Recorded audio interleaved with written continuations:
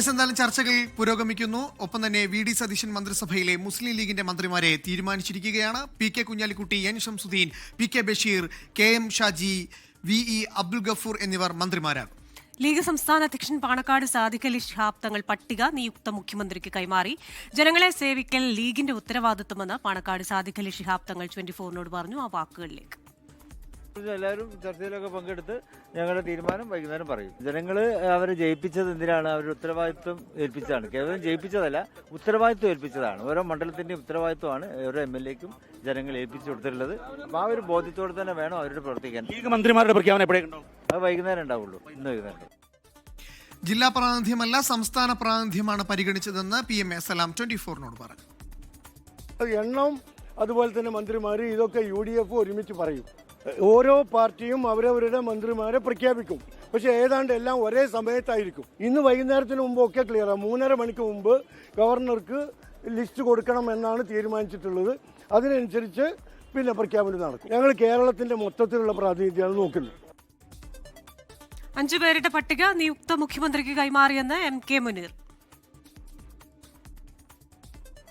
തീരുമാനങ്ങൾ സീൽഡ് കവറിൽ നമ്മൾ കൊടുത്തതാണ്. അത് ഓപ്പൺ ചെയ്യാതെ ആർക്കും പറയാൻ പറ്റില്ല.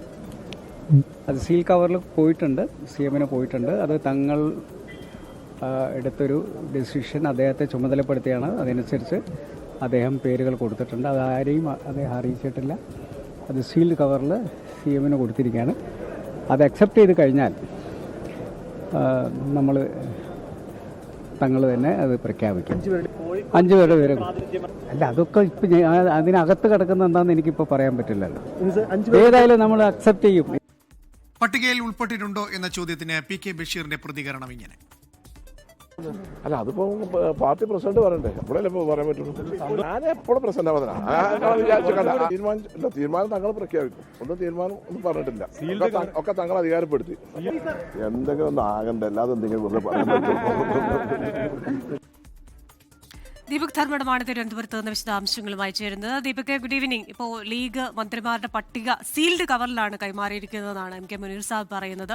അപ്പോൾ അത് ഒരു രഹസ്യമായി ലീഗ് വെക്കുമ്പോഴും ആരൊക്കെയാണെന്ന് നമുക്കൊരു ചെറിയ ഊഹമൊക്കെ ഉണ്ടല്ലോ. അതിൽ PK കുഞ്ഞാലിക്കുട്ടി ഉറപ്പാണ്. അത് ഏത് വകുപ്പായിരിക്കും ഓരോരുത്തർക്കും എന്നത് കൗതുകമാണ്. ഈ വ്യവസായ വകുപ്പൊന്നും ഇതുവരെ ആർക്കും കിട്ടിയതായിട്ടറിയില്ല. അപ്പോൾ വ്യവസായമൊക്കെ ലീഗിലേക്ക് പോകുമോ? ഇതിൽ ഏറ്റവും പ്രധാനപ്പെട്ട കാര്യം, ലീഗ് ഔദ്യോഗികമായി ഇത് പുറത്തുവിടുന്നില്ല എന്നുള്ളതാണ് വസ്തുത. അത് 5 മണിക്ക് ശേഷം മാത്രമേ പുറത്തുവിടുള്ളൂ എന്നുള്ളതാണ് ഏറ്റവും ഒടുവിൽ കിട്ടിയ വിവരം.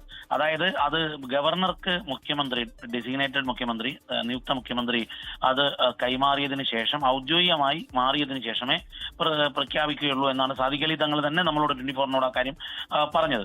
അപ്പോൾ അത് കോൺഗ്രസിന്റെ മറ്റ് കക്ഷികളുടെ കാര്യത്തിലും കോൺഗ്രസിന്റെ കാര്യത്തിലും തീരുമാനമായി അന്തിമ പട്ടികയായതിനു ശേഷം മാത്രമേ വി.ഡി. സതീശൻ നിയുക്ത മുഖ്യമന്ത്രി ഗവർണറെ കാണുകയുള്ളൂ. അതിനുശേഷമേ പ്രഖ്യാപനം ഉണ്ടാവുകയുള്ളൂ. പക്ഷേ നമുക്ക് ലഭ്യമാകുന്ന വിവരം അനുസരിച്ച് PK കുഞ്ഞാലിക്കുട്ടി തന്നെയായിരിക്കും ലീഗിലെ 1ാമൻ പാർലമെന്ററി പാർട്ടി ലീഡർ. വ്യവസായം, IT വകുപ്പുകളായിരിക്കും. ഉന്നത വിദ്യാഭ്യാസ വകുപ്പ് ലീഗിന് നഷ്ടമാകും. വിദ്യാഭ്യാസ വകുപ്പ് അതുപോലെ മന്ത്രിമാരാകുന്നവരുടെ കാര്യത്തിൽ 5 മന്ത്രിമാരാണ്. നേരത്തെ 4 മന്ത്രിമാർ എന്നുള്ളതായിരുന്നു കോൺഗ്രസ് പറഞ്ഞത്. പക്ഷേ എന്നാൽ ലീഗിന്റെ ആവശ്യം ശരിവെച്ചുകൊണ്ട് 5 മന്ത്രിസ്ഥാനം നൽകിയിരിക്കുന്നു. അതിൽ PK ബഷീർ, അതുപോലെ N ഷംസുദ്ദീൻ, അതുപോലെ ഷാജി, ഇവരെല്ലാം തന്നെ മന്ത്രിയാകുന്നു. ഇതുകൂടാതെ കളമശ്ശേരിയിൽ വ്യവസായ മന്ത്രിയെ തോൽപ്പിച്ച ഇബ്രാഹിം കുഞ്ഞിന്റെ മകൻ കൂടി അവിടുന്ന് മന്ത്രിയായി വരുന്നു എന്നുള്ളതാണ് അതിന്റെ മറ്റൊരു രസകരമായ കാര്യം. മലപ്പുറത്ത് നിന്ന് തന്നെയാണ് കൂടുതൽ മന്ത്രിമാർ. കോഴിക്കോടിനെ പരിഗണിക്കുമെന്നൊക്കെ വാർത്തകൾ ഉണ്ടായിരുന്നു. PK ബഷീർ പുറത്തേക്ക് പോകുമെന്നൊക്കെ വാർത്തയുണ്ടായിരുന്നു. പക്ഷേ എന്നാൽ ലീഗിന്റെ ഉന്നത കേന്ദ്രങ്ങൾ പറയുന്നത് അത്തരം ഒരു ചർച്ചയും അവർക്കിടയിൽ നടന്നിട്ടില്ല. മറ്റെന്തെങ്കിലും പ്രാദേശിക പരിഗണനാ വിഷയങ്ങളൊന്നും നടന്നിട്ടില്ല. പക്ഷേ എന്നാൽ അതേ സമയത്ത് തന്നെ കാസർഗോഡിനെ അവഗണിച്ചു എന്ന് കലക്ടർ മായിനാജി 24 തന്നെ പറഞ്ഞിരുന്നു. അങ്ങനെയുള്ള ചില അസ്വാരസ്യങ്ങൾ കേൾക്കുന്നുണ്ടെങ്കിലും തീരുമാനം അതായത് തങ്ങൾ പ്രഖ്യാപിക്കും എന്നുള്ള കാര്യത്തിൽ ഏകകണ്ഠമായ നിലപാടാണ് പൊതുവെ ലീഗിലെ എല്ലാ ആൾക്കാരും എടുത്തിരിക്കുന്നത്. ക്രിസ്റ്റീന, ഒപ്പം തന്നെ ഈ ഉന്നത വിദ്യാഭ്യാസ വകുപ്പ് കോൺഗ്രസിലേക്ക് പോകും എന്നുള്ളതാണോ സൂചന? അങ്ങനെ തന്നെയാണ് ലഭിച്ചിരിക്കുന്നത്. അതായത് വിദ്യാഭ്യാസ വകുപ്പിലേക്ക് വരാൻ പോകുന്ന മന്ത്രി ഷംസുദ്ദീനാണെന്നാണ് അറിവ്.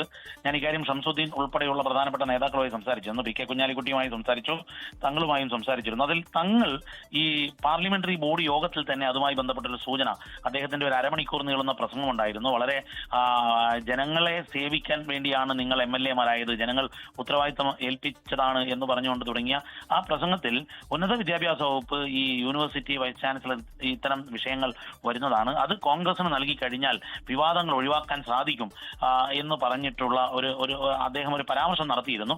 ഫിഷറീസ് വകുപ്പ് ലീഗ് തിരിച്ച് ഇങ്ങോട്ടേക്ക് കോൺഗ്രസിൽ നിന്നും മുസ്ലിം ലീഗിന് കിട്ടാനും അതുപോലെ ഈ തദ്ദേശ സ്വയംഭരണ വകുപ്പിൽ ഗ്രാമവികസന വകുപ്പ് എന്നൊരു വകുപ്പ് ഉണ്ടാക്കാനുള്ള ആലോചനയും ഒക്കെ നടക്കുന്നുണ്ട്. ഏതായാലും ഉന്നത വിദ്യാഭ്യാസ വകുപ്പ് ലീഗിൽ നിന്നും മാറാനുള്ള സാധ്യതകളുണ്ട് എന്നുള്ള സൂചനയാണ് ലഭിക്കുന്നത്. അനൂപ്, യെസ്, എന്തായാലും ലീഗിനുള്ളിൽ കലങ്ങിക്കിടന്ന ആ വെള്ളം തെളിഞ്ഞു വരുന്നുണ്ട്. അവിടെ വലിയ പ്രശ്നങ്ങളൊന്നുമില്ല, മഞ്ഞുകൾ ഉരുകിയിരിക്കുന്നു എന്നുള്ളത് തന്നെയാണ്.